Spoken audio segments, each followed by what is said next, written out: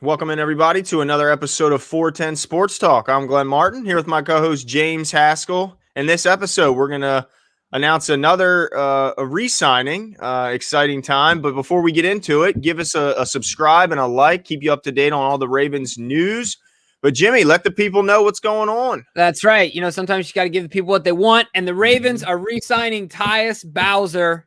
That's right. The edge defender Tyus Bowser to a 4-year deal for a potential of $27 million in total. It's $22 to $27 million with some incentives built in. The per annum is $5.5 million. The total guaranteed is $12 million. Yes. So I think it's a great deal value-wise. I mean, you know, when you think about Tyus Bowser, rushing the quarterback doesn't exactly come to mind. But I tell you what, immediately comes to my mind is the 3 interceptions he had last year. They were almost in consecutive games. I think he had 3 interceptions in 4 weeks or whatever the case was. Yeah. But I'm excited about the deal. I think there's great value there. Before we dig in a little further, what are your takes, Glenn? Yeah, I mean, it's not nothing. It didn't shock us. I think this was kind of our prediction and a lot of people's prediction coming into this offseason when they had the 4 guys at the edge going up to free agency. And we kind of predicted that Purnell and Bowser would be the ones coming back. But nonetheless, still happy to see it happen. I mean, I think there were multiple suitors in for Bowser. And when you see the money, Judon got, and you see what Ngakoue got from the Raiders, I'm thinking, man, is Bowser, is he going to end up getting more money elsewhere? And we're going to end up losing out on all 3. And then we'd really be kind of out on a limb there. So I'm happy that they got him back. He is still just 25 years old.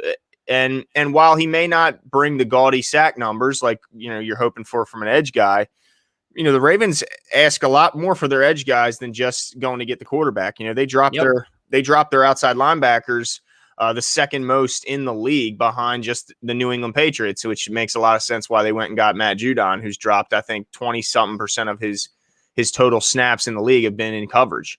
And Bowser's the same way. Bowser was one of the top cover linebackers, actually. Had 3 picks, 5 pass breakups. He gave up a total of 10 completions on 15 targets and only 87 yards on the season, allowing a 42 passer rating in coverage. So he's definitely valuable just in a different way. I think he was pretty good against the run, too. His speed was sideline to sideline, and they were having trouble getting around him. So if he can develop some of that pass rush game, he just had 2 sacks last year. Hopefully they can, get a little bit more of that out of him for the price that they're now paying. But nonetheless, he definitely provides great depth and he's a great player in coverage and against the run.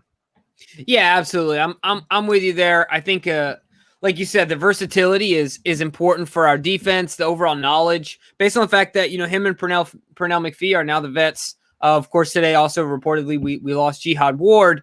So that's just another guy, he's going down to Jacksonville. So that's another guy that we're going to have to replace in the rotation. But certainly I'm super happy with the deal. One of the things that you guys, should take note of is that Zeitler's deal is going to be a $4.75 million cap hit this year when Bowser's deal is going to be 5.5. So you're looking at 10.25 million for both of those guys when Ngakoue is going to make 13. And how much is Judon getting? Yeah, and Judon's getting 15 a year. And I think he got 32 annually? Or sorry, 32 in total. In the first 2 years, I think. Something like that. So yeah, certainly a lot of value in these contracts here. And the other thing too is that there's still work to be done. There's still guys that are available. We still have the draft. And so there's still moves being made and gonna be made. I firmly believe. I even think, since we're talking about the edge group, are there any names out there? Some guys, I have still one in mind that if we did sign him, it would take a while. But are there any names that stick out to you as some guys that are still out there, Glenn?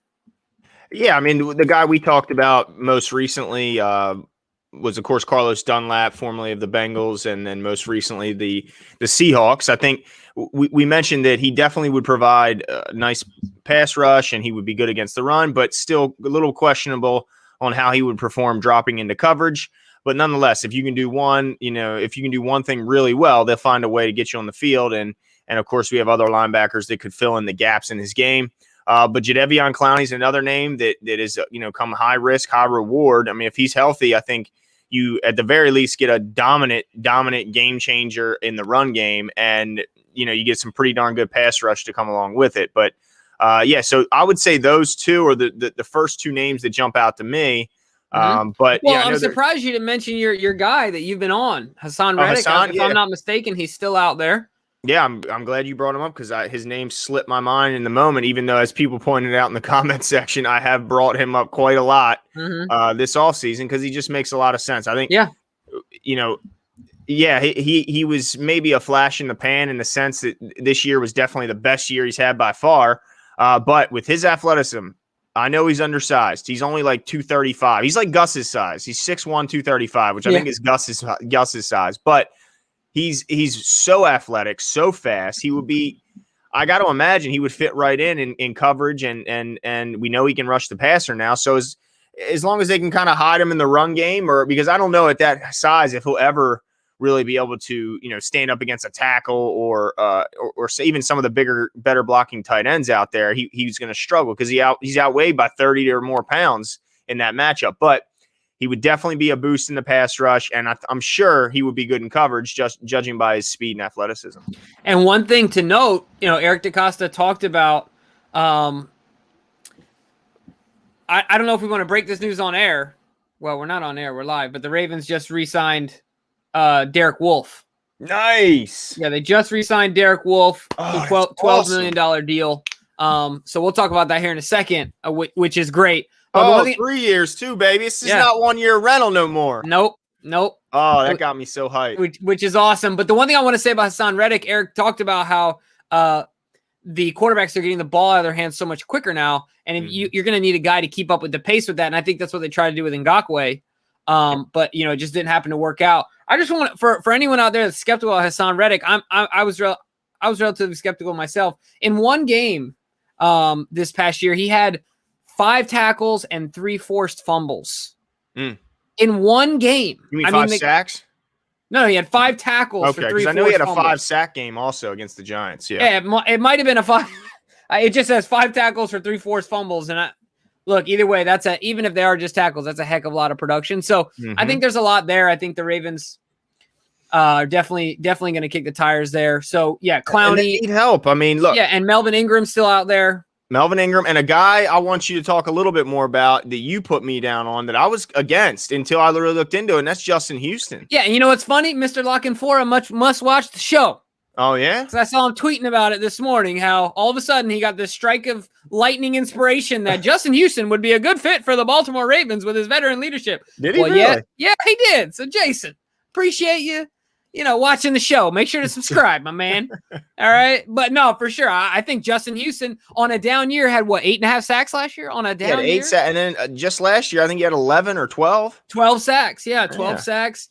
Just like you said, I mean, it was years ago, but he's had 22 sacks in 1 year. Look, this guy can get home. And if you can play him he's not that old.